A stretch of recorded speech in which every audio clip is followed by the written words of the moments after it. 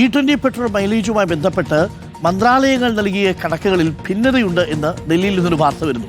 ചുരുക്കത്തിൽ മൊത്തത്തിൽ ആശയക്കുഴപ്പമാണ്. ആദ്യം പറഞ്ഞു E20 പെട്രോൾ ഒരു കേടുപാടും ഉണ്ടാക്കില്ല എന്ന് പറഞ്ഞു. പിന്നീട് മന്ത്രാലയം അത് തിരുത്തി. 2023 മുമ്പുള്ള വാഹനങ്ങളിൽ റബ്ബറിൻ്റെ ചില പാർട്സുകൾക്കൊക്കെ കേടുവരാൻ സാധ്യതയുണ്ട് എന്നാക്കി.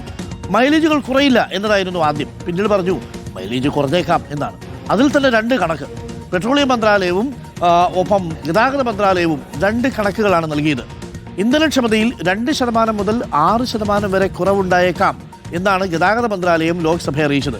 എന്നാൽ അത് 3% മുതൽ 5% വരെ മാത്രമായിരിക്കും കുറവ് എന്നാണ് പെട്രോളിയം മന്ത്രാലയം രാജ്യസഭയിൽ വ്യക്തമാക്കിയത്. എവിടെയെങ്കിലുമൊക്കെ ഒന്ന് ഉറച്ചു നിൽക്കണേ. നോബൽ മാരിക്കാരനുണ്ട് കൂടുതൽ വിവരങ്ങളുമായി. നോബൽ മാരിക്കാരൻ, രണ്ട് വകുപ്പ് രണ്ട് കണക്കുകളാണ് നൽകിയിരിക്കുന്നത് മൈലേജുമായി ബന്ധപ്പെട്ട്. അപ്പോൾ ഈ വിഷയത്തിൽ അടിമുടി ദുരൂഹതയുണ്ട് എന്നുള്ളതാണ് ഇപ്പോൾ പുറത്തു വരുന്ന വിവരം. സർക്കാരിൻ്റെ വകുപ്പുകളിൽ പോലും ഏകാഭിപ്രായമില്ല.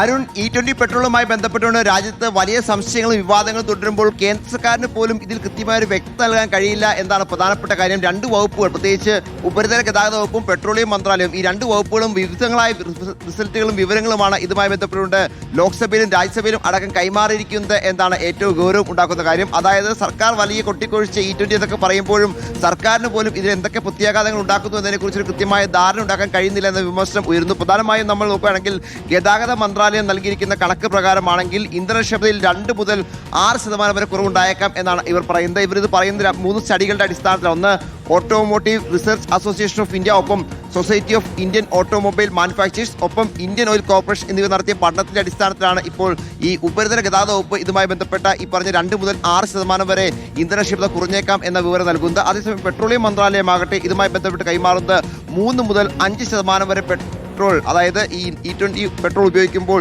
ഇന്ധനക്ഷമത കുറഞ്ഞേക്കാം എന്നാണ്. രണ്ട് കണക്കുകൾ, പ്രത്യേകിച്ച് രണ്ട് മന്ത്രാലയങ്ങൾ രണ്ട് കണക്കുകളാണ്. ഒരേ സർക്കാരിന് കീഴിലുള്ള രണ്ട് മന്ത്രാലയങ്ങളാണ് ഇത്തരത്തിൽ വ്യത്യസ്തമായ കണക്കുകൾ ഇത്രയധികം പ്രധാനപ്പെട്ട ഒരു വിഷയത്തിൽ നൽകുന്നത് എന്നാണ് പ്രധാനപ്പെട്ട കാര്യം.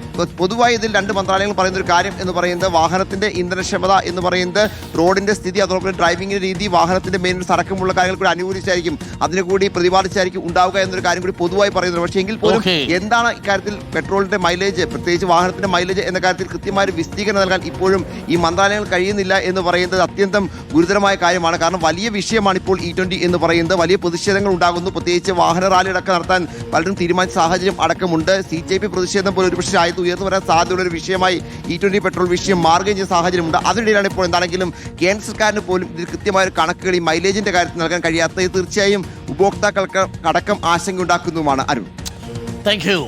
നോബൽ മാരിക്കാരനാണ് വിവരങ്ങൾ നൽകിയത്. പ്രിയപ്പെട്ട പ്രേക്ഷകരെ, അപ്പോൾ എത്തനോൾ പെട്രോൾ ഉപയോഗിക്കുന്നത് പറഞ്ഞാൽ മതി, എല്ലാം ഇപ്പോൾ എത്തനോൾ പെട്രോളാണ്. പെട്രോൾ ഉപയോഗിക്കുന്ന വാഹനങ്ങൾ ചെറിയ മിസ്സിംഗ് ഒക്കെ വന്നു കഴിഞ്ഞാൽ നേരെ കടയിലോട്ട് കൊടുത്തോ, നേരെ വിട്ടോ.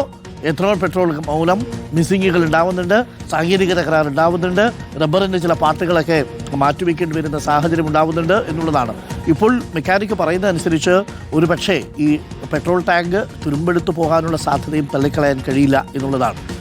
ഒന്ന് ആലോചിച്ച് നോക്കിക്കേ, സമാധാനത്തോടു കൂടി വണ്ടി ഓടിച്ചുകൊണ്ടിരുന്ന നമ്മൾ ഇപ്പം എത്തനോൾ പെട്രോൾ അടിച്ച് വണ്ടി തുരുമ്പിയെടുക്കുന്ന അവസ്ഥയിലേക്ക് എത്തി.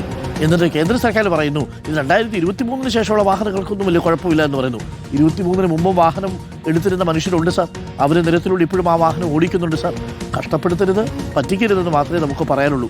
എന്തായാലും ഇതിനെക്കുറിച്ചുള്ള വിശദമായ അന്വേഷണം റിപ്പോർട്ട് നടത്തുന്നുണ്ട്. പുറത്തുവരുന്ന സാങ്കേതികമായ വിവരങ്ങൾ അനുസരിച്ച് വാഹനങ്ങളിൽ ചെറിയ കേടുപാടുകൾ സംഭവിക്കുന്നുണ്ട്. 2023 മുൻപ് വലിയ രീതിയിലുള്ള മൈലേജ് മിസ്സിങ്ങും കാണിക്കുന്നുണ്ട് എന്നുള്ളതാണ്.